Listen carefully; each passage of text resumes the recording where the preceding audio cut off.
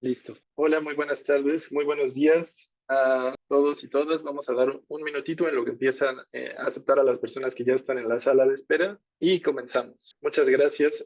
Agradecemos muchísimo su puntualidad. Y pues bueno, para comenzar, yo soy Eric Torres, soy director de Públicos en Desarrollo y quiero darles la bienvenida a la primera edición del programa académico virtual. Ahora quiero agradecer a las personas y organizaciones que hacen este evento posible. En primer lugar, el equipo del programa académico, que está compuesto por Mónica Díaz, Carol González y también muy especialmente al equipo de la Alianza Francesa, con especial mención a Leticia Viñerón, que es la coordinadora de cultura de la Alianza Francesa y que está ahorita también presente aquí en la llamada. También extendemos un agradecimiento a nuestros colaboradores, la Maestría en Gestión y Desarrollo Cultural de la Universidad de Guadalajara, el Instituto Municipal de Arte y Cultura y de Puebla, y el Colectivo de Arte y Cultura. El programa académico se crea con la intención de promover e incentivar la investigación sobre el desarrollo de públicos y se realiza en el marco del primer encuentro de desarrollo de públicos para las artes en México. Finalmente, quiero recordarles también a las personas que están en Puebla o que van a viajar a Puebla que mañana tenemos actividades presenciales en la Alianza Francesa a partir de a partir de las 4 de la tarde, perdón, y el 7 de septiembre a partir de las 10 de la mañana. También haré un pequeño promo de que no olviden seguirnos en redes sociales. Nos pueden encontrar en Instagram como @públicos en desarrollo. Pues hemos tenido una buena respuesta en Instagram, estamos muy contentos. También nos pueden seguir en Facebook como Públicos en Desarrollo, donde se está actualmente transmitiendo en vivo esta sesión. Y también quedará un registro que pueden consultar posteriormente de las mesas. Ahora sí, entrando en materia con la jornada de hoy, la primera mesa se titula Reflexiones y experiencias de la mediación artística y cultural en Latinoamérica y va a ser moderada por Carol González. Carol es licenciada en Ciencia Política por la Universidad Nacional de Colombia. Ha trabajado en proyectos de investigación relacionados con procesos de gobierno, criminalidad, construcción de comunidad, reparación de víctimas y procesos de paz. Actualmente se encuentra en proceso de titulación de la maestría en Antropología Sociocultural de la Benemérita Universidad Autónoma de Puebla y se especializa en Antropología de la Alimentación. Finalmente, profesionalmente se dedica a la docencia a nivel medio superior y superior y tiene un proyecto o trabaja en un proyecto de diseño y confección basado en el upcycling que se llama Desmaquilado. Entonces, pues le dejo la palabra a Carol, que será la moderadora de la primera mesa. Le agradezco mucho la presentación al director del encuentro, Eric Torres. Como les digo, yo soy Carol González. Ahora les doy la bienvenida a las y los ponentes de la primera mesa del programa académico virtual, también a quienes nos acompañan a escuchar y reflexionar estas ponencias. Les comento que la dinámica de esta mesa inicia con la participación de cada uno de los ponentes y finaliza con una ronda de preguntas. En dicha ronda, el público puede realizar sus preguntas directamente desde Zoom,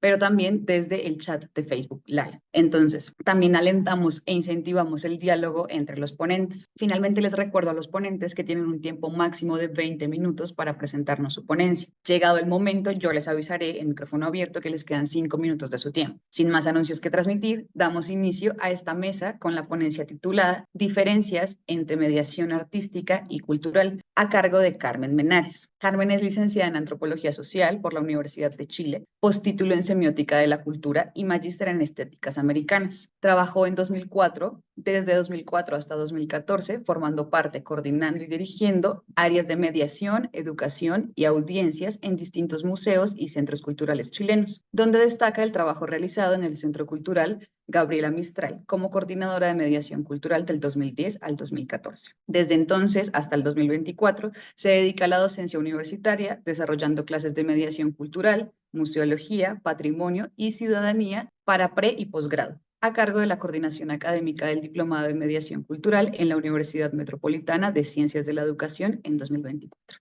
Actualmente es directora ejecutiva de la plataforma independiente Observatorio de Mediación Cultural. Adelante, Carmen. Hola, muchas gracias por el espacio.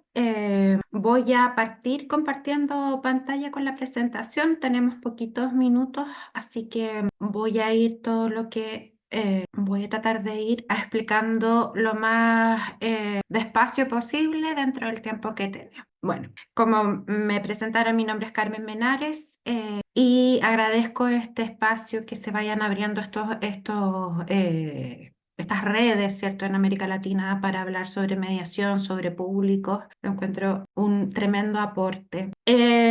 Bueno, voy a partir. Quería yo aportar un poco en la conversación sobre las diferencias entre mediación artística y cultural, explicándoles un poco que lo que les quiero mostrar nace de la discusión práctica, ¿no? Como dentro del proceso en que se constituye la unidad de mediación cultural en el Centro Cultural Gabriela Mistral, se fue pensando también cómo insertar el concepto de mediación cultural dentro de un ecosistema más grande que es el ecosistema de públicos, ¿no? Entonces es desde esa noción más bien práctica para después ir hacia una perspectiva más teórica y ver si alcanzamos a ver un par de ejemplos, ¿ya? Entonces se basa en este gran ecosistema que se elaboró por parte de la Unidad de Públicos y Territorios del Ministerio de Cultura, las Artes y los Patrimonios de Chile, que está constituido justamente por quienes formaron parte de la unidad de audiencias del GAM. Entonces, en esta noción hay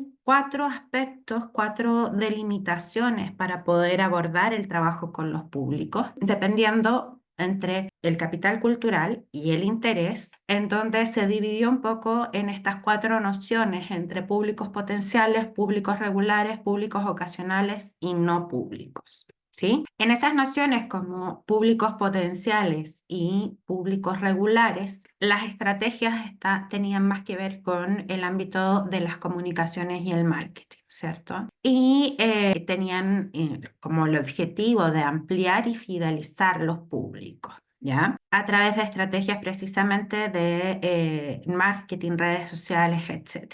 En cambio, en la formación de públicos y la creación de públicos aparece o se estructura desde ahí el ámbito de la mediación artística y la mediación cultural, ¿sí? La formación de públicos como tal es donde se anida, ¿cierto?, la mediación y educación artística. Y en la noción de no públicos, que tiene el objetivo de crear nuevos públicos, es donde se anida la mediación cultural, ¿sí? ¿De dónde surge un poco esta diferenciación? Tenía que ver mucho con cómo íbamos mirando también lo que aparecía y se iba estructurando como trabajo en Quebec, ¿ya? Donde se señala, ¿cierto? Este es uno de los documentos de base, ¿cierto?, que se publicó este año, donde aparecen estos 2 enfoques, la mediación del arte y la mediación a través del arte, ¿cierto? En donde la mediación del arte es desde el arte hacia los públicos y la mediación a través del arte es al revés, ¿no? Desde las comunidades, desde la creación hacia el arte. ¿Sí? Pensando siempre en un contexto social o en una problemática social. Más o menos ahí está, más o menos la traducción esporádica, ¿no? Pero esa es la definición en francés, ¿sí? Entonces, ¿esto en qué dónde lo situamos? ¿Sí? En precisamente las diferenciaciones que existen en educación artística, ¿cierto? Donde la educación artística tenemos 3 paradigmas, ¿no? La educación en artes, educación para las artes y la educación a través de las artes. Entonces, la educación artística y la mediación artística se sitúa, ¿cierto?, en ese lugar de la educación para las artes, ¿no? Y la mediación cultural a través. ¿Qué significa esto? Que, como les decía, la educación y la mediación de las artes parte de la difusión de una obra hacia los públicos para la formación de ese público y la educación a través de las artes, por lo tanto, la mediación parte al revés,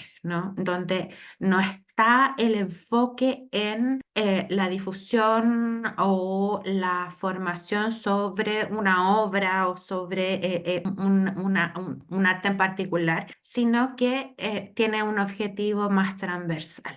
¿Sí? El objetivo tiene que ver con una problemática social en específico con las cuales queremos transformar a través de las artes. ¿no? No sé si se entiende la diferencia bien, ¿no? Les voy a dejar igual estas nociones, pero espero que se entiendan mejor con los ejemplos. ¿Sí? Entonces, rápidamente hacia ciertas definiciones teóricas, ¿ya? La mediación cultural aparece para hacer de la acción cultural un instrumento a favor de lo social, fomentando el intercambio y la relación entre los individuos. Su búsqueda corresponde al orden de una construcción modesta y exigente de las condiciones de vivir juntos. Plantea la cuestión de las relaciones entre los miembros de una colectividad y el mundo social que construyen, desarrollándose en el momento, en contexto histórico, donde el fin de las ideologías, se planteaba el fin de las ideologías y los proyectos y acción colectiva parecían obsoletos. Por lo tanto, se propone como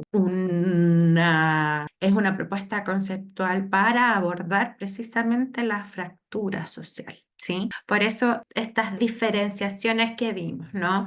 Como la mediación del arte y la educación artística parten del objeto artístico para vincularlo con un público. La mediación cultural, en cambio, parte de un contexto o de una problemática social, ¿sí? Para transformar ciertas problemáticas a través de las artes.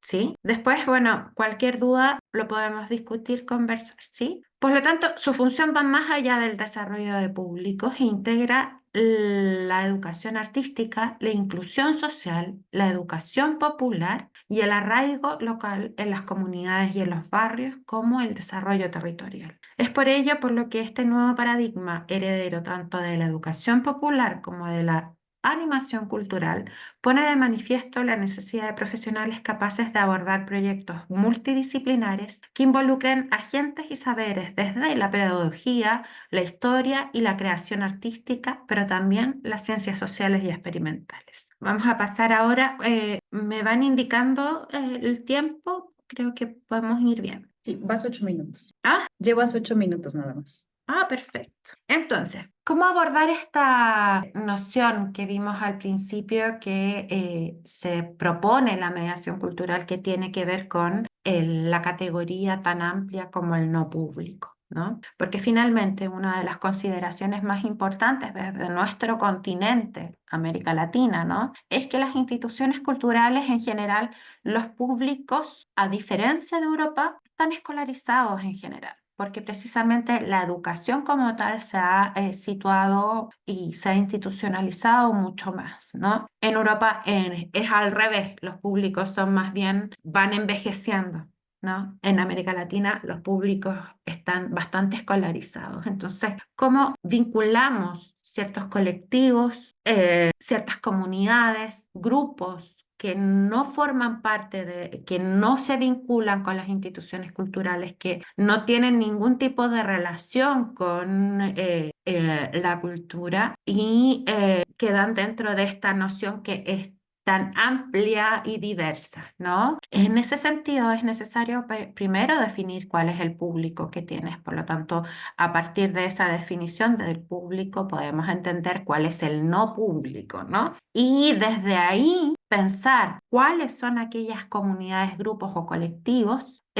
que puedan tener una relación o un vínculo coherente con el cumplimiento de tu misión, visión como institución o como iniciativa cultural, ¿no? Porque efectivamente, al ser una noción tan amplia, en eso caben casi todas las comunidades o colectivos sociales, ¿no? Por lo tanto, abordarlo puede generar cierta ansiedad y lo más como concreto es bajarlo a algo que tenga relaciones con el cumplimiento de tu misión y visión, ¿no? Entonces, aquí algunas aplicaciones y ejemplos muy prácticos para que podamos ir despejando también estas diferencias, ¿no? El primero, bueno, habla de una estrategia desde el mismo GAM que se llamó, le pusimos Apple Ver sin ver, que fue un proceso de relacionamiento con los grupos de personas ciegas y de baja visión, que de a poco en esa relación nos fuimos dando cuenta que gran parte de la problemática tenía que ver con que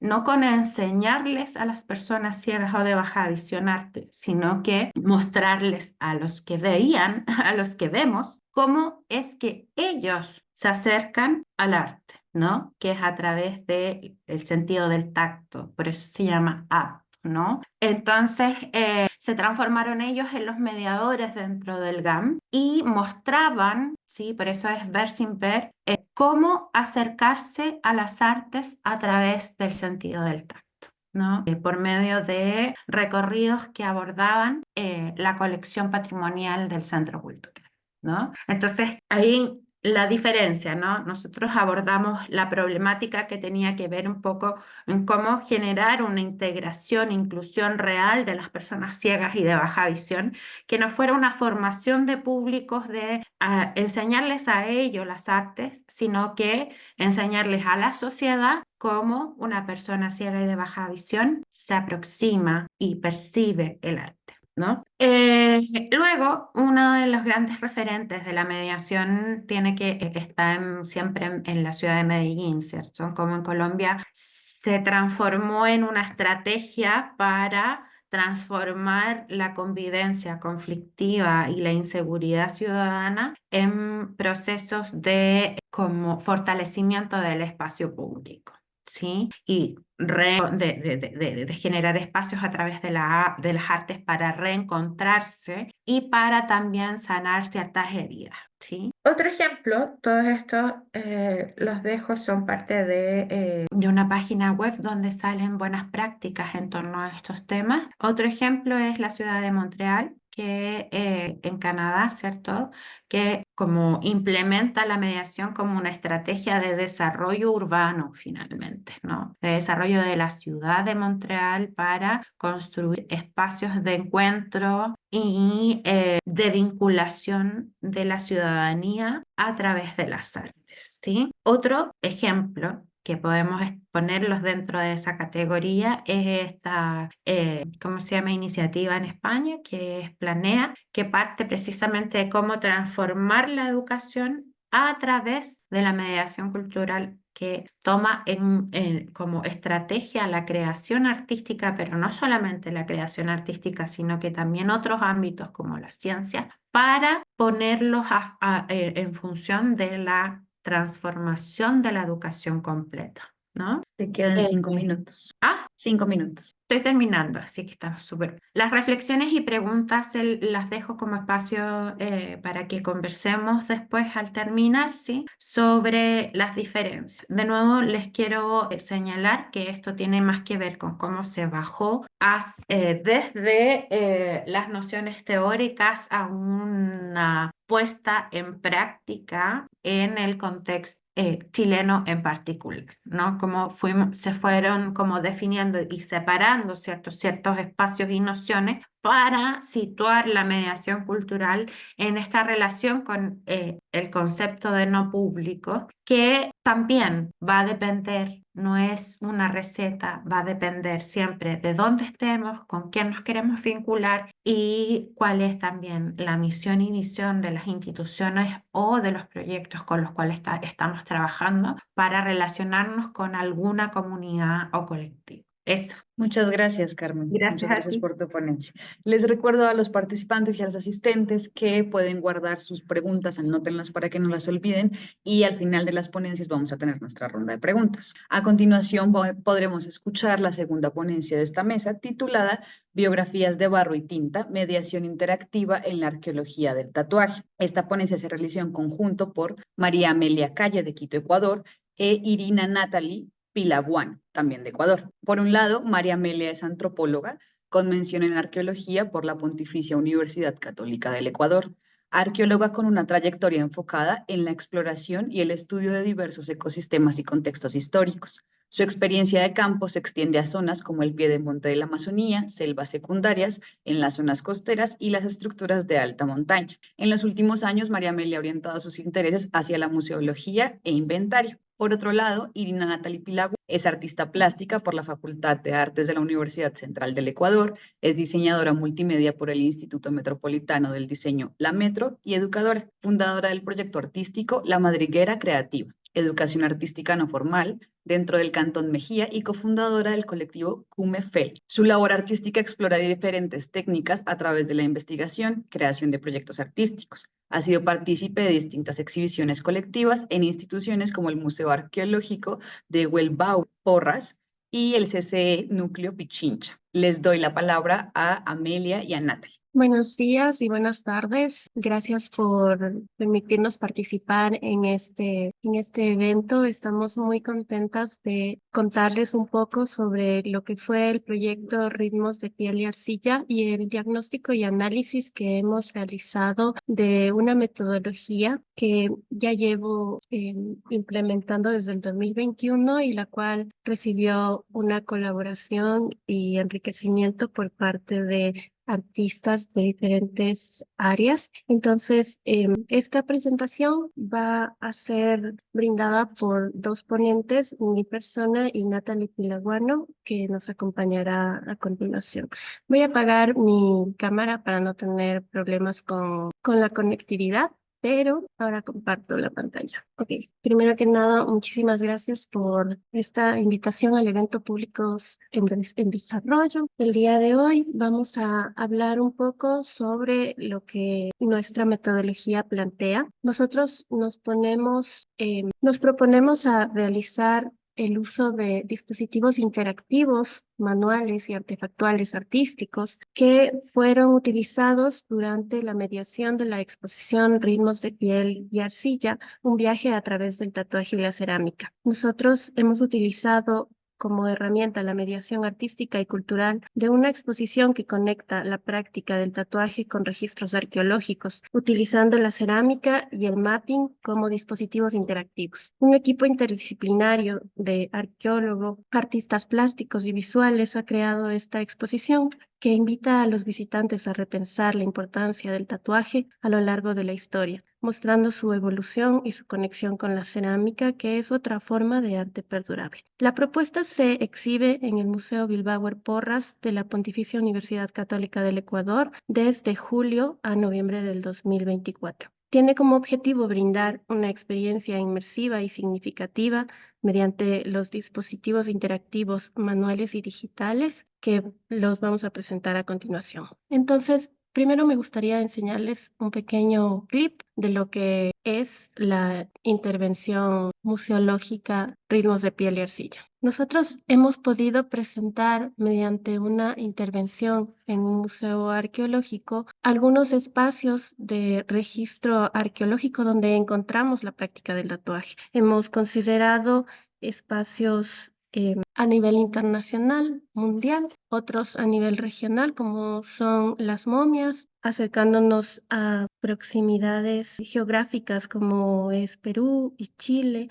en contextos de momias chimú y mochica que presentan la práctica del tatuaje, y además hemos contrastado esta información con el registro etnográfico de Barret dentro del Ecuador para la provincia de Esmeraldas, que queda al noroeste, donde se describen ya algunas prácticas del tatuaje con identificación y registro de imágenes plasmadas en decoración permanente a nivel facial y corporal. Esto lo contrastamos con cerámica antropomorfa, con formas humanas y con expresiones de decoración incisa en el cuerpo. Nosotros pensamos que es importante que durante la mediación las personas puedan acceder a sentir, ver y tener una conexión con los objetos, que es la que permite construir un puente hacia estas experiencias significativas propuestas. Para el marco teórico conceptual, nosotros manejamos 4 ejes principales. Uno con la arqueología contextual. Hemos mencionado aquí a Ian Hodder, sin embargo, nos hemos alimentado de otros autores como son Hassan, Hodder y Hudson, Achuk, de los cuales nosotros hemos obtenido la premisa de entender a los objetos no solo como artefactos físicos, sino dentro de un contexto cultural, social y simbólico. Las piezas de cerámica de la exposición no se ven solo como objetos antiguos, sino como expresiones de una cultura particular que reflejan imaginarios, tecnología y prácticas sociales. En cuanto a la interpretación y la aproximación del contenido antropológico y social, hemos también hecho una revisión de Le Breton, que habla en cambio sobre el cuerpo y la piel como un espacio fronterizo simbólico entre el yo interior y el yo exterior, donde la piel es una pantalla en la que se proyectan identidades ideales, enraizando así el sentido del yo en una corporeidad que nos distingue dentro de espacios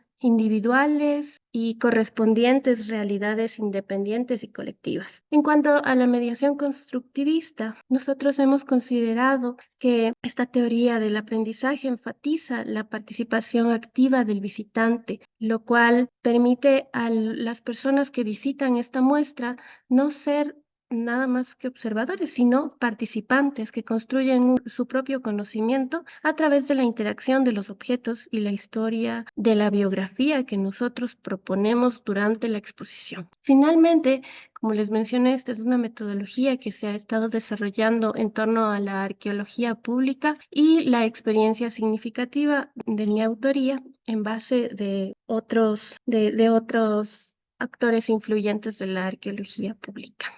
Con todo esto, la exposición utiliza estrategias interactivas para involucrar a los visitantes y hacerlos sentir parte de un proceso de generación de conocimiento, de interpretación y conexión con el pasado. Entonces, nosotros podemos elaborar dos aristas en las cuales se integran durante la experiencia significativa. A continuación les enseñaré un breve clip de la experiencia vivida por los públicos. Disculpa, no lo estamos escuchando. Amelia. Ay, ya. A continuación doy paso a la intervención de Natalie. Buenos días y buenas tardes con todos. Para mí, nosotras es un gusto formar parte del programa académico virtual de este encuentro. Continúo comentando que la metodología de ritmos de piel y arcilla es interdisciplinaria, pues reúne a las artes, al diseño multimedia y la producción audiovisual, aplicando en el proyecto expositivo técnicas cerámicas, audiovisuales, herramientas de comunicación digital, integrando tecnología interactiva y multisensorial, para que las réplicas narren sus propias historias sobre su funcionalidad y contextos, permitiendo así a los visitantes y espectadores establecer vínculos más cercanos, potenciando las experiencias del usuario, generando conexiones emocionales más profundas que solo la comprensión intelectual. Entonces, el mapping en el proyecto expositivo Ritmos de piel y arcilla es un recurso visual que ofrece al espectador un ambiente experimental más cercano e inmersivo, involucrando a los participantes de manera directa en el campo del patrimonio cultural. Por otra parte, las réplicas arqueológicas,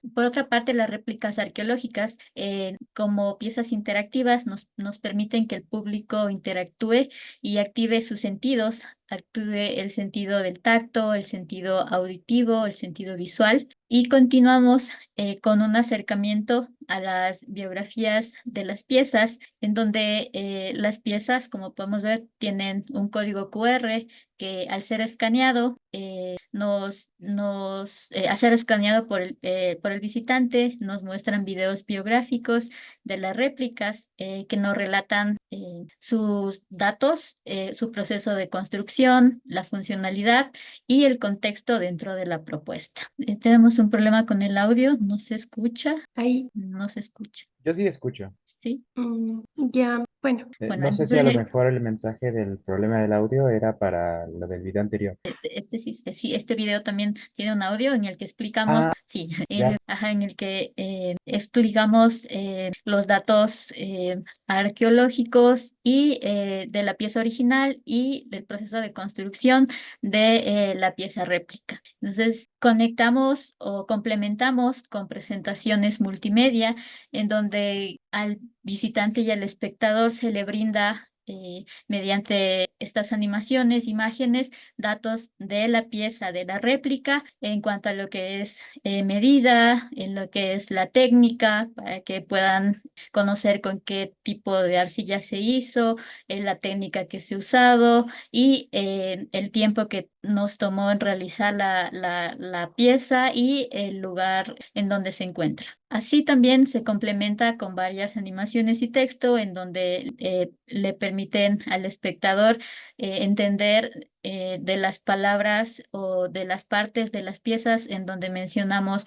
el tocado, la decoración corporal y el significado que tiene de acuerdo a la ubicación en el cuerpo. Pasamos a lo que es el sistema de sonido, porque es una réplica sonora. Entonces, pasamos a explicar por dónde se encuentra el canal de insuflación, dónde se encuentran los resonadores y dónde se encuentran los orificios de digitación, que es o le permite al visitante interactuar con la pieza de una manera correcta para que su experiencia sea sensorial e inmersiva. Y también tenemos un clip de públicos y las experiencias con los dispositivos interactivos. Tenemos un problema con el audio, pero... Bueno, a nivel de conclusiones, nosotros pudimos observar algunas percepciones de los públicos, como ustedes vieron. Tenemos algunos relatos, interpretaciones de las personas que acuden a la exposición. Y eso nos permite a nosotros también construir y elaborar conocimiento a partir de los públicos, que es el principal objetivo de realizar una mediación bajo nuestra intencionalidad. Además, nosotros podemos entender al proceso de la biografía como un proceso que puede tener un relato diferente biográfico a partir de quien aporta la elaboración del relato. Entonces, cuando yo como arqueóloga construyo el relato, hago un relato técnico, arqueológico, desde el contexto específico, pero cuando este relato se ve alimentado por la artista, en este caso Natalie, hemos podido observar otra relación con los objetos al momento de ser creados. Por ejemplo, las ocarinas, durante la creación pudimos nosotros darnos cuenta de que cada filiación cultural tenía un método distinto de elaboración del aparato sonoro, y también nos ponemos en los zapatos del artesano que elaboró este objeto. La intencionalidad de utilizar la biografía también nos permite interponer al público frente a una situación de observar un objeto que ya no es solo un objeto, sino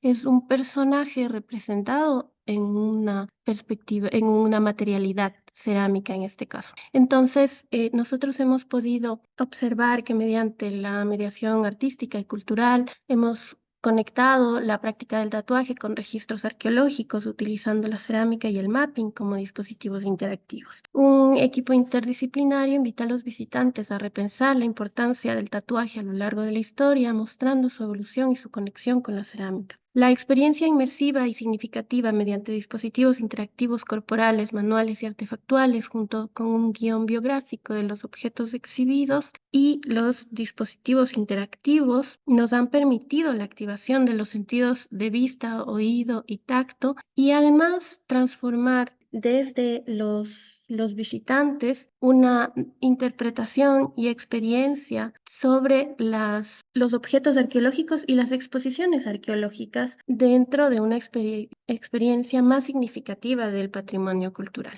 Entonces, a continuación les comparto la bibliografía utilizada durante el desarrollo de esta investigación, y además nosotros emitimos nuestros agradecimientos al colectivo Comefelen, a los artistas involucrados en la elaboración de los dispositivos interactivos presentados y al evento y organizadores y auspiciantes de Públicos en Desarrollo, primer encuentro de desarrollo de públicos para las artes en México.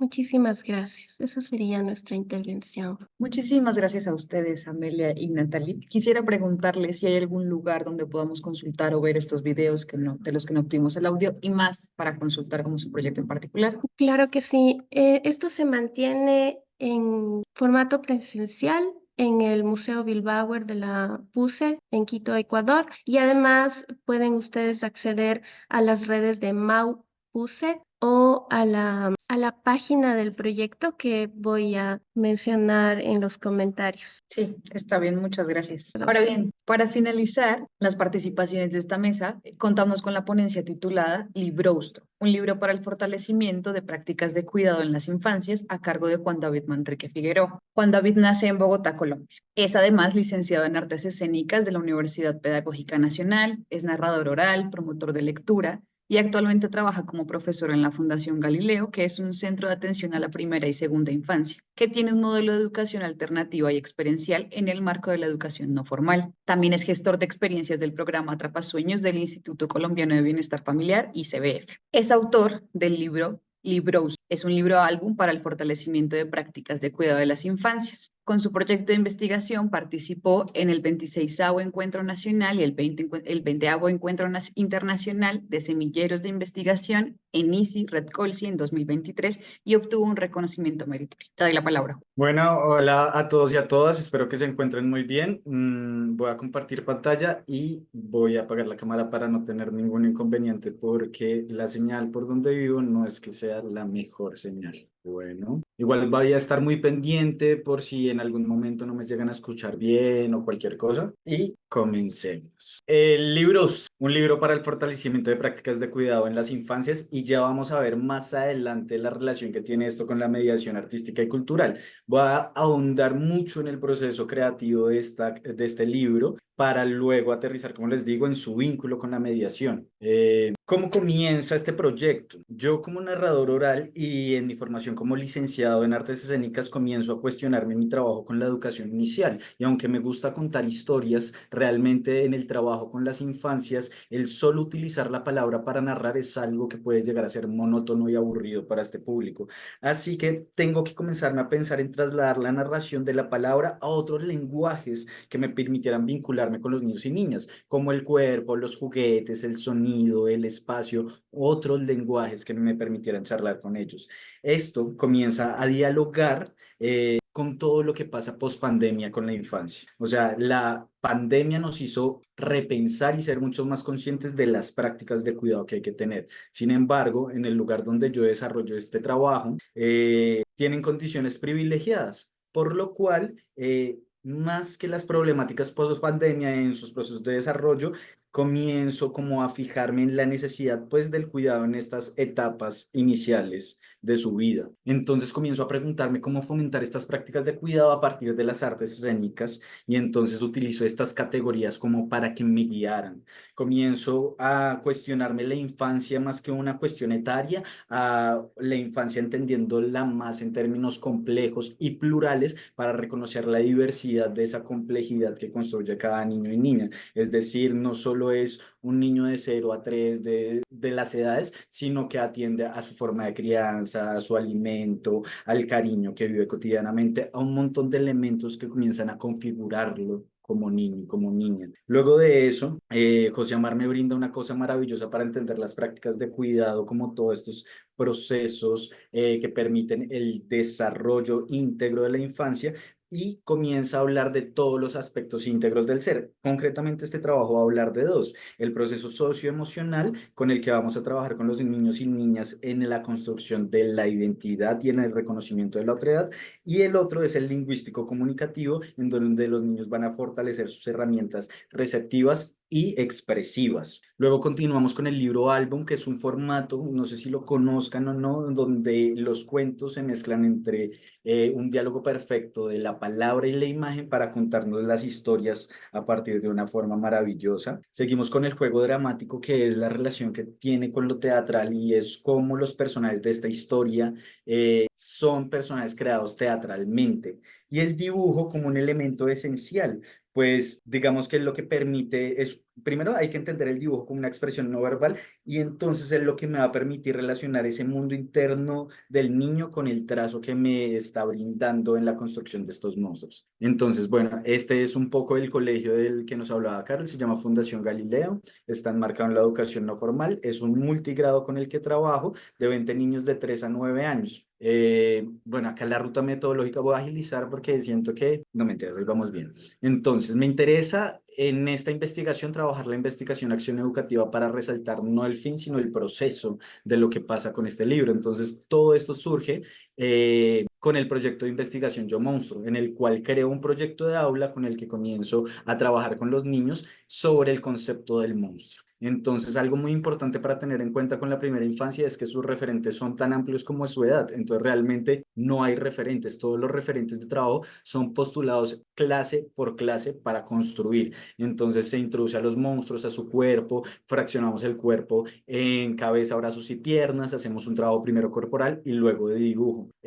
Todo surge con un objeto. El objeto es una pelota de malabares, de un malabar que se llama contact, y esto se suma con los dibujos y con los cuentos y crean los monstruos. Entonces, estos monstruos, esta es como la idea inicial para que ellos comiencen a tener el referente del trabajo, y entonces cada uno adquiere su juguete, gestionamos los juguetes, creamos al pelostro que lo pueden ver a la derecha, que es el monstruo come pelotas, entonces ahí guardamos todas las peloticas y entonces comenzamos a jugar en las clases, a reconocer este concepto de la monstruosidad. Aquí pueden ver algunos de los chicos. También trabajamos con niños con capacidades diversas. Por ejemplo, a la izquierda está el viejo Chris, que es un gigante, pero es un niño en su corazón. Y con ellos comenzamos a hacer esto. Y es, las partes las trabajamos primero corporalmente. Son cabezas que son felices, tristes, enojadas. Y entonces entre esta construcción luego vamos a trasladarlo a lo plástico. Es un dibujo que corporal que se traslada a lo plástico y luego así seguimos con cada parte.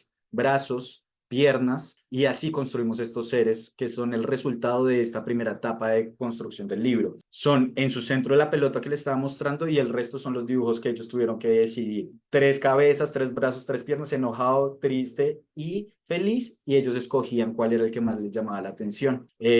Aquí vemos algunos, son 20 monstruos. Estos son solo una muestra de ya el resultado. Y aquí continuamos con el proceso creativo para la construcción del libro. Esta es la portada. Aquí aquí les voy a mostrar, pero ahorita voy a abrir la cámara para poder, acá tengo un ejemplar para poderles mostrar un poco más a detalle. Este es el grueso del libro en su parte interna, entonces el libro, ahí como ven las rayitas, tiene una fracción. Entonces está partido en 3 el libro. A la izquierda podemos encontrar una emoción, una acción y un sonido, y a la derecha podemos encontrar el nombre, el monstruo con su nombre y con una pequeña frase. Por ejemplo, este monstruo se llama Bokoi, que es una rara babosa del mar Rosa que convierte las cosas en lava. Y para convertirte en Bokoi, que es el juego al que te lleva el libro, tendrías que hacer el gesto de la alegría. La acción es arruga tus labios grises y agita tus tentáculos gigantes, y su rugido es chi, chi, chi. Si haces y juegas con estos 3 elementos, te convertirías en el monstruo. ¿Qué es lo que pasa acá? Que son elementos que permiten, como lo decía antes, fortalecer prácticas de cuidado donde los niños van a adquirir herramientas vitales para expresarse frente a la vida. A ver, perdónenme aquí. Entonces, miren, acá ya les muestro un poco más el grueso del libro.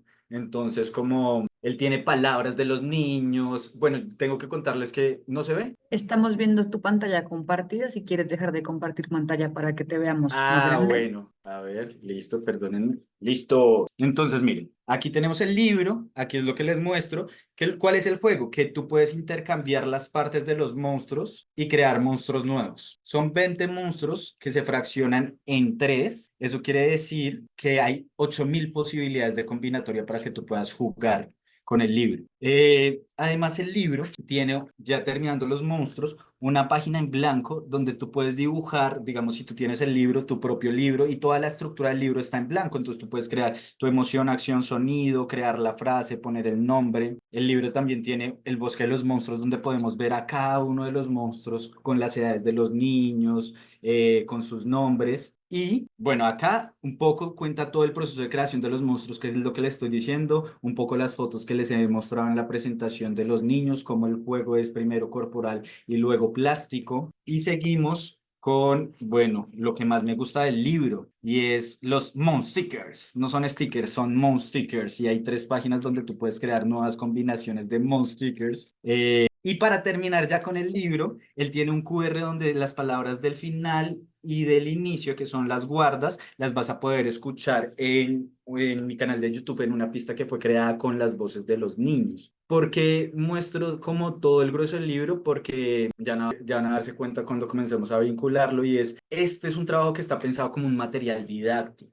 ¿sí? Es decir, aunque es un libro álbum para niños y niñas, realmente su gestación está pensada para todos los profes, cuidadores y en general todas las personas que estén trabajando con las infancias. ¿Ya otra vez ven mi presentación? Sí, la vemos. Listo, los voy a abandonar otra vez y comenzamos acá un poco a charlar sobre entonces qué pasa con el librostro, porque solo hablaba del librostro y entonces la mediación artística y cultural. Y entonces acá hay una cosa maravillosa de pensarse y es estos 4 ejes, ¿sí? Que como pensándome la ponencia y comenzando a reflexionar sobre esto, aparece la mediación, el teatro, la narración oral, la pedagogía como lugares de enunciación de mi trabajo, pero algo, digamos, que me resuena y comienzo a pensarme mucho es la esencia de cada uno de estos ejes. Y en conclusión, el punto es que para mí, para Juan Manrique, la esencia de cada uno de estos lugares es el encuentro. La mediación, el teatro, la narración, la pedagogía, ninguno de estos es posible sin el encuentro. Y no solo es el encuentro, sino es esa capacidad de tejer diálogos en esos encuentros con nosotros mismos, con los otros y con nuestro entorno. 10 Entonces, ahí, minutos. listo, perfecto. Entonces, como lo diría un autor de teatro que se llama Augusto Boal, el teatro es la vida misma y esta es una idea maravillosa porque no lo solo es el teatro, también lo es la narración, también lo es la pedagogía, también lo es la mediación. En el teatro hay un actor, una actriz, un público, un espacio, pero son los mismos elementos que me encuentro en un espacio de clase donde me encuentro con mis alumnos y yo estoy en la escena donde podemos interactuar en ese lugar del aula.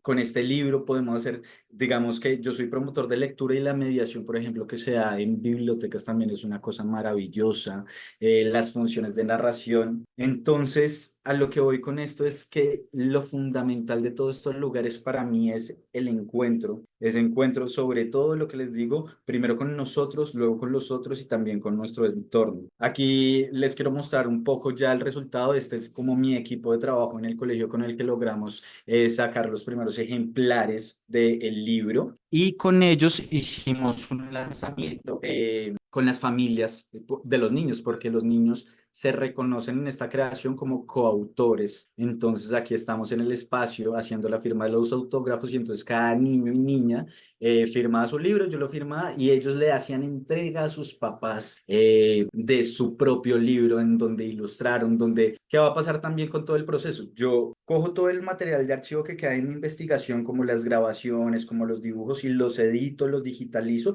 y los convierto en insumos para mi creación estética. Entonces, como pueden ver ahí, hay colorcitos, pero son fotos, es collage digital y entonces todo eso es trasladado al libro. Dentro de eso, pues los dibujos y la información que los niños nos compartieron. Aquí estamos con ellos. Es muy importante entender este proceso del librostro, por eso como que ahondé en toda la parte inicial, en el libro como un fin y el librostro como un proceso. Son 2 lugares del mismo proyecto y eso es lo que nos va a hacer entender, digamos, como su vínculo, como lo decía Carmen en nuestra primera ponencia, era cómo un lugar de la mediación artística atiende al objeto y cómo la mediación cultural atiende más a una problemática social para trabajar. Entonces, digamos que acá ya lo podemos ver como un fin. Bueno, acá es un poco que el libro se han hecho gestiones para ubicarlo en distintas bibliotecas, en librerías de Bogotá. Y aquí es un poco lo que nos comentaba Carol de cómo este proceso estuvo en el Congreso de Bolsi. Y entonces acá vemos cómo comienza a dialogar con distintas poblaciones, niños, niñas, profesores, investigadores, familias. Y entonces, con esto, digamos que se piensa este libro como una herramienta, como les decía, un material didáctico, pero como un dispositivo de intervención social, porque hay que entenderlo de la siguiente forma, y es que es un libro que nos permite, primero, la lectura individual, como cualquier espectador de un libro. Segundo, la lectura conjunta y compartida, que realmente es donde el libro estalla, porque como está diseñado para profes o para cuidadores, realmente para poder sacarle todo el jugo, tiene que haber una guía, una mediación. Entonces te permite eso. Si tú accedes al libro, yo te ofrezco estructuras para que tú hagas funciones de narración oral. Entonces yo tengo estructuras, funciones con el libro que tú como cuidador, como persona que trabaja con la infancia, puedes replicar. También talleres de creación para los dibujos del monstruo, pero sobre todo lo más importante es que el proyecto de Aula Yo Monstruo que les mostré antes es algo que también yo comparto constantemente con este trabajo. Entonces, realmente el libro como finalidad es meramente un caparazón, porque si yo ejecuto nuevamente mi proyecto de aula con otra población, tengo nuevos insumos y por ende tengo un nuevo libro. Es decir, 5 minutos. listo, perfecto. Entonces, es decir, que es una estructura que me permite crear y explorar el monstruo y el cuidado en la primera infancia en todos los lugares que yo quiera. Y las personas que estén interesadas también lo pueden hacer. Y así como yo hice mi librustro, también pueden acceder a esa estructura y generar nuevos materiales. Entonces, ¿qué es lo importante? Aquí, por ejemplo, estamos haciendo talleres de dibujo, como pueden ver acá con el libro, los objetos, pero entonces acá concretamente aterrizamos en el dibujo. ¿Qué es lo que pasa? Que es muy importante distinguir eso, el proceso y el fin, porque el libro es muy útil como material didáctico, pero si quieres ahondar en todo el otro trabajo que hay detrás, lo que les digo, ustedes pueden, yo les doy acceso como a todas las estructuras que he creado y entonces... ¿Qué es lo que funciona aquí? Y es que volvemos a hablar sobre las prácticas de cuidado desde las artes escénicas, porque el libro como finalidad permite el encuentro donde ellos son receptivos y participativos y fomentan como las herramientas comunicativas. Pero cuando tú eres como alguno de ellos, que acá hay profes, familia, niños, niñas, todas las personas que pueden estar interesadas en el compartir con los niños, si quieres irte hacia el trabajo como pedagógico, aquí vas a fortalecer una cosa y es el ámbito personal, el desarrollo socioemocional, donde el niño va a tomar decisiones, configurar monstruos que comienzan a funcionar como una máscara, es decir, como un objeto develador del ser, donde el dibujo me va a contar bastante del niño o niña que lo está quedando detrás. También el libro esto tiene algo que me llama la atención recalcar y es que ya ha llegado a distintos espacios, está en distintos lugares con personas que ya lo han trabajado y que están como ejecutando las estructuras que les digo y al parecer nos ha ido bien. Pero también permite pensarse unas nuevas formas de relacionar el arte y la sociedad, y concretamente la primera infancia, porque el arte se utiliza muchas veces de forma utilitaria en estos vínculos y aquí hay como una ruptura en términos de pensarse las infancias no solo como espectadores, sino también como creadores y como gente que realmente tiene agencia. Entonces, este es un concepto maravilloso que va a desarrollar Augusto Boal también desde el teatro y es el espectactor. No me sirve para el teatro un espectador que se quede pasivo y solo vea la obra. Necesito alguien que sea espectador y actor al mismo tiempo y en ese diálogo construyamos lo que es la obra. Y así mismo funciona el libro. El libro tú lo puedes terminar con dibujos. ¿Listo? Ya voy a terminar. Tres Yo estoy minutos. aquí echándolo. Listo, perfecto. Es una nueva forma de pensarse el vínculo con las artes desde estos públicos. Por ejemplo, ellas son unas profes de la Fundación Human Rights que vienen a visitarnos al colegio y entonces es maravilloso todo el proceso, cómo se llevan los libros, cómo me piden para que ellos luego puedan replicar todas esas estructuras. Y para cerrar, quiero reivindicar esto que acabo de decir y es cómo este tipo de procesos, que no son solo el libro como una finalidad, sino como todo lo que pasa para crearlo, permiten nuevas formas de vincular el arte y la infancia. Acá vemos a las niñas firmando y autografiando los libros que se van a llevar a otro país, porque ellas también son coautoras. Somos pares en esto. Nada sería el libro sin ellas y los dibujos no podrían ser nada tampoco sin mi edición. Entonces estamos juntos dialogando, construyendo y pues eso hace realmente que ellos puedan evidenciar una cosa y es que desde las infancias se puede construir de una forma compleja, bella y amorosa. Entonces aquí, ya para finalizar lo nuestro, ellos son algunos de los últimos niños ya con los que hemos trabajado y pues nada, para finalizar, quiero agradecerles mucho por el espacio y nada, estoy ahí dispuesto para charlar. Muchísimas gracias, Juan Manrique. Ahora vamos a dar espacio para la ronda de preguntas. Les pido por favor que levanten la mano y yo voy a ir dándoles en el orden en el que aparezcan la posibilidad de que no la compartan, ¿vale? Mientras que nuestro público aquí en Zoom se anima a preguntar, quiero preguntarle a Juan Manrique dónde podemos conseguir el libro que nos acabas de mostrar. Bueno, lastimosamente ahorita no está todavía en México, solo hay un ejemplar en México, pero podemos hacer la gestión. La gestión si les interesa. Ahorita está por lo menos en Colombia, no más. Y pues el siguiente nivel, y hasta ahora estamos trabajando en esto, es lograr que el libro, claro, como tiene una interacción física donde se mezcla, pero el siguiente nivel es poderlo llevar a lo digital, precisamente para que todo el mundo pueda tener mayor acceso a este. Vale, entonces por favor compártenos tus redes para que puedan escribirte y hagan la gestión de la que hablas. Listo, pues a mí pueden encontrarme en Facebook, Instagram, en YouTube, en donde busquen como Juan.Matachín. Juan.Matachín.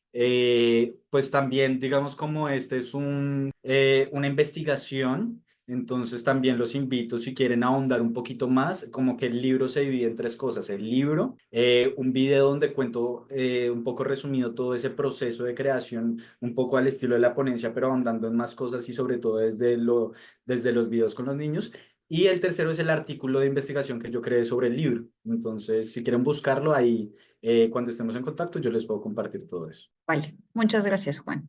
A mí me gustaría preguntarle a nuestra ponente Carmen, que fue nuestra primera ponente, Carmen. Mira, lo que nos enseñaste en tu ponencia es una diferenciación teórica práctica de lo que es la mediación cultural y mediación artística. Sin embargo, muchas de las personas que se acercan a la investigación alejan las prácticas investigativas de las prácticas comunitarias. Y me gustaría preguntarte cuál fue tu motivación, no solo para acercarte a la diferenciación entre mediación cultural y artística, sino para tomar postura por una de ellas, donde la investigación y la práctica están unidas. Sí, básicamente porque, bueno, es un tema bien complejo en América Latina, se ha ido posicionando el tema de los públicos, la investigación de los públicos, pero avanzar hacia comprender que existe todo un sistema de exclusión social respecto a que se genera a través de las instituciones o de instancias culturales y abordarlo desde la investigación, desde la investigación-acción sobre todo, me parece a mí fundamental como para abrirlo mucho más allá de comprender el concepto de públicos únicamente como estudiar quién va o quién asiste, sino que desde una perspectiva social, ¿no? Que esta es una problemática social que se debe abordar con distintas perspectivas, ¿no? De diferentes maneras y específicamente este concepto de no públicos es el que da cuenta precisamente de ese sistema de exclusión social, ¿no? Como finalmente en los estudios de públicos que llevan 50 años ya desarrollándose, esos 50 años ha sido constante que los perfiles siguen siendo más o menos los mismos, ¿no? Por lo tanto, lo urgente de alguna manera hoy día es generar acciones e investigación y la construcción de un campo también para achicar esa brecha, dar cuenta de cómo se suceden esas distancias y por qué se suceden, ¿no? Que muchas veces tienen que ver también desde una perspectiva antropológica, con la misma concepción de lo cultural, ¿no? Entonces, para mí me parece más una urgencia de alguna manera en el campo de lo cultural. Muchísimas gracias, Carmen. A ti. Tengo dos preguntas en el chat y luego le voy a dar la palabra a Denise. Entonces voy a empezar con la pregunta de María G, que es para Juan. Y es, desde tu propia experiencia, Juan, ¿cómo definirías la agencia desde las infancias? Pues como les comentaba, digamos que en estos lugares como son las clases, las funciones, los encuentros con las infancias, es muy importante plantear los lenguajes adecuados para el diálogo. La agencia puede existir, sin embargo, muchas veces se utilizan los lenguajes que no ejecutan de manera asertiva a las infancias. Por ejemplo, porque el libro utiliza el dibujo corporal y el dibujo como formas fundamentales de expresión, porque son lugares no verbales. Entonces, cuando uno trabaja con las infancias, sobre todo se trata mucho de verbalizar y ese es un lugar de enunciación de alguien en un proceso de desarrollo mucho más avanzado. Entonces, para que haya real agencia de las infancias, hay que ser perceptivo y utilizar los lenguajes correctos para que ellos puedan enunciarse de una forma compleja. El cuerpo es nuestro primer lugar de enunciación, ¿sí? Todos cuando nacemos, lo primero que nos enfrentamos al mundo es el cuerpo.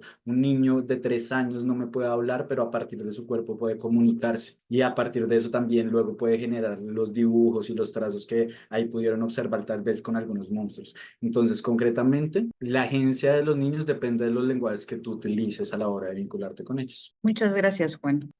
Lili, ya vi tu mano, voy a leer la pregunta que tengo en el chat y te doy la palabra luego. La pregunta es de Sergio Rojas Granados. Carmen, ¿aparecen conceptos en tu investigación como formación o captación de públicos? ¿Qué sucede o cómo lograr la captación de públicos para las artes escénicas cuando no se tiene un programa o proyecto permanente, como una sede física, como un centro cultural que pueda dar seguimiento o que ofrezca indicadores para saber qué se está logrando? Es importante ahí distinguir que, como les comentaba al principio, la segmentación que les mostré está desarrollada por un área del Ministerio de la Cultura en Chile que se llama de Públicos y Territorios hoy en día. Dentro de esa segmentación, la captación y lo que me preguntan está más desde el orden de la comunicación y el marketing, que, como les comentaba, no tiene tanto que ver con lo que yo hago, porque lo que desarrollo yo tiene mucho más que ver con una perspectiva social, desde la antropología y desde las estéticas también,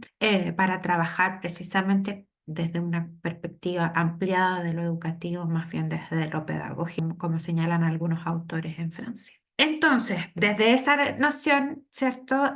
Lo que me preguntan está mucho más relacionado con cómo puedes generar procesos de comunicación a través de redes sociales, teniendo muy, muy claro qué es lo que quieres hacer. Pero precisamente es como un ámbito en el que yo no me muevo tanto, quizás. Vale, muchas gracias, Carmen. Le doy la palabra a Lili. Puedes preguntar. Sí, gracias.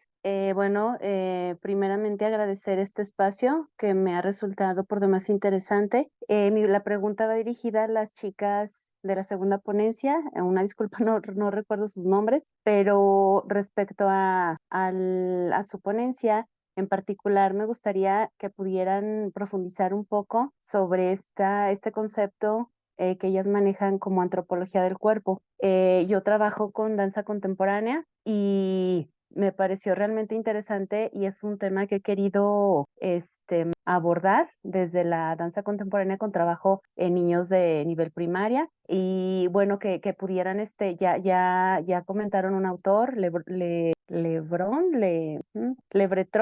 Breton, ajá. Y bueno, si pudieran a su vez mencionar algunos otros autores, algunas referencias bibliográficas donde pudiera yo consultar. Gracias. Hola, muchas gracias, Lili.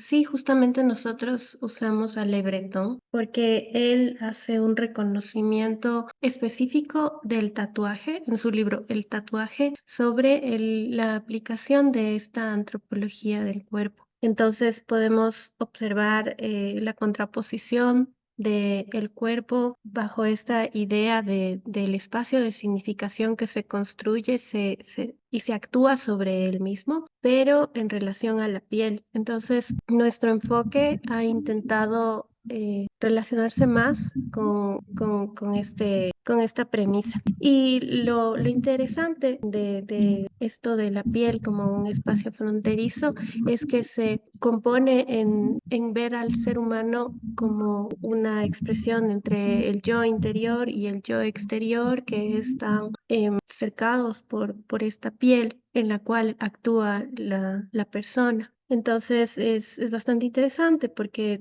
además se le puede observar como una pantalla donde se expresan identidades ideales de la persona, pero además que está comprendido y también está atravesado por perspectivas colectivas que norman y regulan las prácticas que nosotros hacemos sobre nuestros cuerpos y obtenemos este marco teórico porque nosotros reconocemos que en los tatuajes precisamente de las momias hay una expresividad con respecto a las realidades geográficas, a las realidades de acción de estas personas. Entonces encontramos tatuajes en personas que vivían en una realidad de la costa, que tenían tatuadas ballenas, vemos también personas momificadas que tienen elementos como puntas de flecha o puntas de lanza o también anzuelos y podemos nosotros referirnos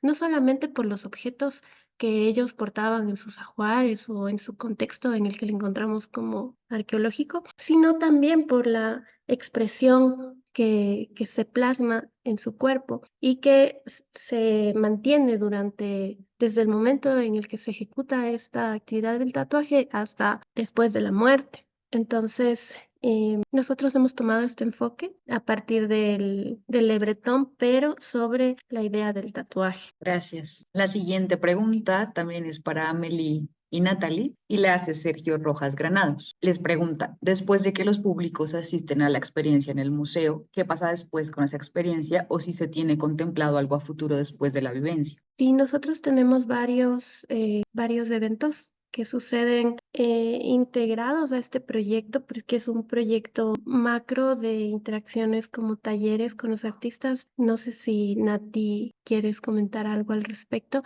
Y también hay esto de que el uso de la arqueología pública mediante el enfoque que hemos utilizado tiene también como consecuencia que las poblaciones y las comunidades de las cuales tienen asociación con los objetos arqueológicos, adquieren un sentido de memoria y también pueden tener diferentes concepciones de la arqueología y de la historia. Entonces, también tiene una trascendencia por ese lado. No sé si Nati quieres comentar sobre los talleres y los eventos complementarios que hay a la exposición. Claro que sí. Bueno, como mencionó Amelia, la exposición y la propuesta se piensa para que la experiencia no solo se quede dentro del museo, sino que también pueda expandirse. O desde el museo se ha pensado en la réplica de piezas para que las piezas puedan salir a diferentes sitios, en este caso sean escuelas o sitios públicos donde también los visitantes o espectadores pueden interactuar, también motivando o incentivando a que también dentro de el circuito de los museos dentro de Quito o dentro de Pichincha pueda también usar esta metodología o la réplica de piezas, porque las piezas patrimoniales o las piezas arqueológicas no pueden salir del museo. Y también complementamos con varias talleres, hemos complementado con una ponencia también donde donde se reúnen varios tatuadores para hablar desde la experiencia del tatuaje y también desde la experiencia de la arqueología.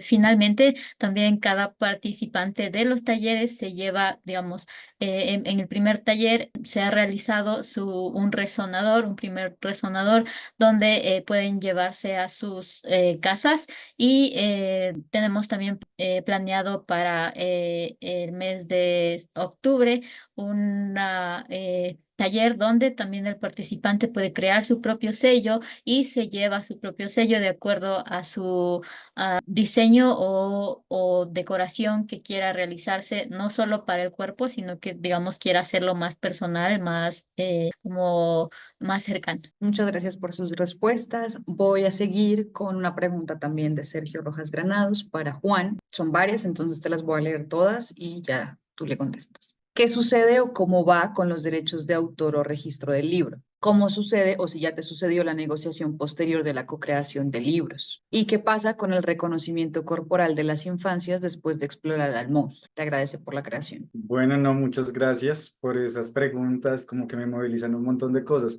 Primero, los derechos de autor y el registro del libro.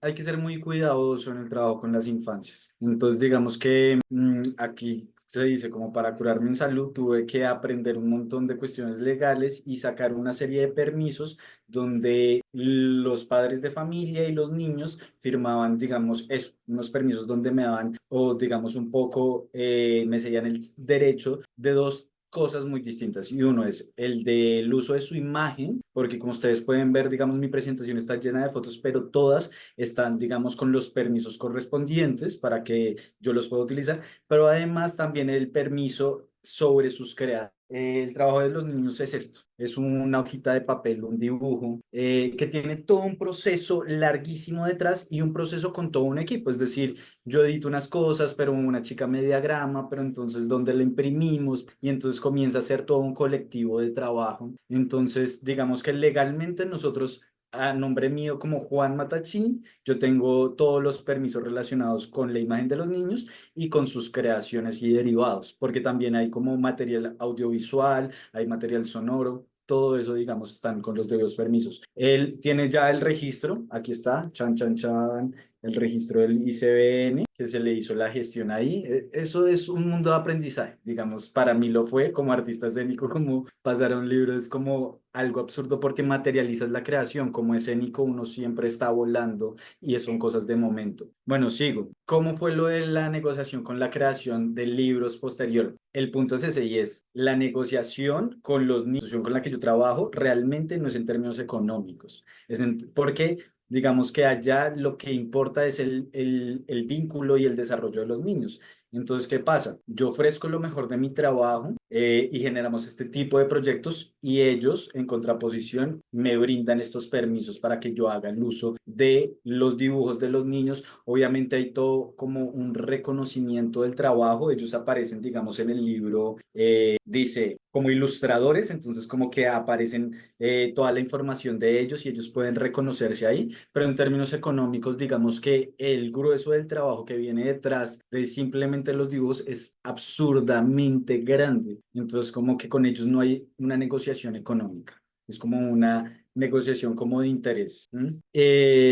¿Y qué pasa con el reconocimiento corporal de las infancias después de explorar al monstruo? Es que eso no lo dije, pero eso es maravilloso y es, el cuerpo es el primer lugar de enunciación, entonces creamos dibujos corporales, luego pasan a lo plástico, pero cuando tú ya tienes el libro hace que haya otra transposición de la imagen. Cuerpo, plástico, pero cuando tienes el libro y lo juegas se vuelve otra vez cuerpo. Entonces, a lo que voy es que en este primer momento es un cuerpo que está reconociendo. Y entonces tú comienzas a torcerse, a hacer los juegos y entonces un niño que comienza a configurar y a detallar cuáles son las cualidades de su cuerpo y en el versus del juego con un personaje él va descubriendo sus propias cualidades. Pero luego con el juego del libro, digamos, juego corporal deja de ser tan autónomo y ya es más el vínculo, porque el juego del libro es en conjunto. Puedes hacerlo solo, sí, está divertido, pero cuando juegas con el otro, ahí está la relación. Entonces, ¿qué pasa? Que son cuerpos que desarrollan habilidades que en general son como muy concretas, sencillas, pero en suma poderosas. Es decir, una emoción, hay un montón de emociones en el libro, comienzan los niños a reconocer a partir del juego sus emociones, pero todo esto en términos de asociarlo con el cuerpo, todas las acciones están pensadas para que se ubiquen en distintos niveles corporales, o sea, no hay una acción que se repita con dos gestos en la cabeza. Entonces todo es, cierra los ojos y mueve los tobillos, todo tiene una contraposición en el cuerpo y lo del rugido es pensar la voz antes de la palabra como un sonido. Entonces si ejercitamos nuestro sonido, nuestra forma de sonar en el mundo, ahí vamos uniéndolo a lo que les digo, porque todo eso hace parte del cuerpo. La emoción habita el cuerpo es la acción, el sonido es el cuerpo. Entonces, ¿qué es lo que pasa? Que termina siendo como un gimnasio para los niños. Ellos están jugando, pero cuando menos se dan cuenta, saben cómo es una cara de estar enojado, saben cómo es estar bravo y torcido con monos son ellos, y sobre todo saben cómo proyectar su voz. Muchas gracias, Juan. Vamos a regresar a una pregunta anterior que hace Gabriela García para Carmen, y es si, Carmen, en los no públicos incluimos a los adultos mayores. Asegura que América Latina envejece también. Sí, de todas maneras, o sea, como les decía, es importante también tener claridad de cuáles son tus no públicos, teniendo esa claridad de cuáles son los públicos, puedes tener nociones de quién no va y preguntarte por qué no van, ¿no? Pero sí, de todas maneras, en América Latina, como les decía, los públicos en general son más jóvenes porque este vínculo siempre ha estado más desde la educación formal. Entonces, estos otros grupos quedan bastante excluidos de la generación de estrategias o proyectos o relaciones o redes con grupos como los adultos mayores, de todas maneras. Ejemplos, hay varios, les hablo desde la experiencia también. En el GAM se partió, en el Centro Cultural Gabriela Mistral se partió trabajando con los adultos mayores, como también mediadores, guías de la memoria del edificio, que era un edificio antiguo que se había refaccionado varias veces y que tiene un peso simbólico muy importante en nuestro país, ¿no? Entonces ellos fueron como los que, en su mayoría fueron mujeres, los que hicieron en un inicio las visitas guiadas, ¿no? Hablando desde la experiencia y desde la memoria. Y luego se transformaron también en parte del equipo, varias de ellas, de mediación. Y se generaron varias estrategias donde un grupo de ellas también se constituyó y creó varias, o sea, formó parte de diversas instancias de talleres de teatro que crearon también obra. Entonces, sí, de todas maneras. Siempre va a depender, obviamente, que no es al azar o porque sí, sino que también entendiendo de si es que efectivamente es una necesidad, ¿no? En el caso que les hablo, era una necesidad en cómo mostrar también ese vínculo con el público adulto mayor a través de su propia memoria, de la experiencia de la historia del edificio. Eso. Muchas gracias, Carmen. La siguiente pregunta también la hace Gabriela García y es para Amelia y para Natalie. Y les quiere preguntar, pues, si en su proyecto hubo mediación específica para adultos mayores, ya que pudiera parecer la tecnología una limitante. Bueno, muchas gracias por la pregunta. Sí, tenemos y reconocemos varias limitantes en la implementación de los dispositivos, pero por eso mismo nosotros buscamos soluciones. Por ejemplo, para el mapping usamos dos estaturas específicas, una de 1,50 m, 1,45 m, ya no lo recuerdo, y la otra un poco más alta. Estuvo contemplado para tener 3 estaturas en un inicio, pero el espacio es reducido y no lo pudimos hacer. Sin embargo, los recorridos que han existido, niños, adultos mayores, de todos los tamaños, de todas las edades, han interactuado de alguna manera con el mapping. Y también reconocemos el limitante de los artefactos sonoros réplica, porque si bien los objetos arqueológicos son de este tamaño, nosotros nos propusimos hacer de ese tamaño a este tamaño, para que las personas puedan observar bien los detalles, pero reconocemos la limitante de que por temas de bioseguridad no todos pueden activarlos. Entonces, durante el proceso de recorrido, solamente un número específico va a poder hacer la activación del dispositivo sonoro, y el espacio digital es más bien pensado como complementario en lugar de único. Entonces, es complementario y sirve de autoguía, pero la idea es que tenga un componente humano, la mediación, en el cual una persona guíe a través del guión museológico establecido, y que a lo largo del ejercicio de la mediación las personas puedan dialogar, discutir, interpretar y conversar. La idea es que se establezca acá un diálogo entre el guión, los objetos, las personas, sus vivencias y las lógicas individuales y colectivas. Vale, muchísimas gracias, Amelia. Les comunico que esta va a ser la última pregunta de nuestra ronda de preguntas y va a ser para Juan. Y es: ¿cuáles son los mayores obstáculos al trabajar con infancias? Más respecto a la manera de lograr vínculos de comunicación efectivos y significativos para que ellos logren entender todo el cuerpo de tu proyecto. Bueno,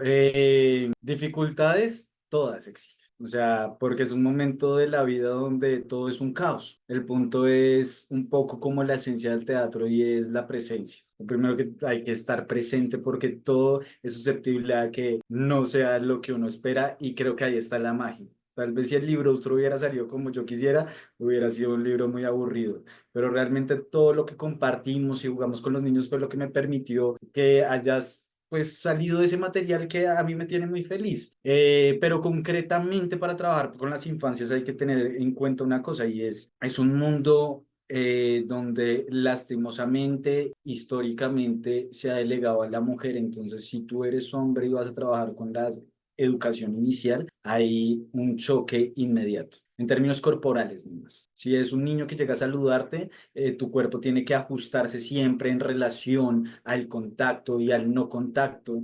Yo tengo la fortuna, como les decía, de trabajar en un lugar de educación no formal. Tal vez hoy no estoy rapado, pero entonces cuando estoy con mi peluqueado, con mis aretes, con mis cosas, en otros espacios no me permitirían como simplemente el vínculo con los niños. Aquí es algo que hemos construido y logrado con el tiempo, pero que hay que ser conscientes que es un mundo donde uno como hombre tiene unas dificultades para poder relacionarse que no son gratuitas, ¿sí? Que atienden a cuestiones violentas y, bueno, mucho más complejas y con las cuales hay que estar muy presentes. Y también relacionándolo con la pregunta que me habían hecho antes, yo creo que de las mayores dificultades para trabajar con las infancias es saber escoger los lenguajes para dialogar, que era lo que yo decía antes, para que ellos realmente tengan agencia.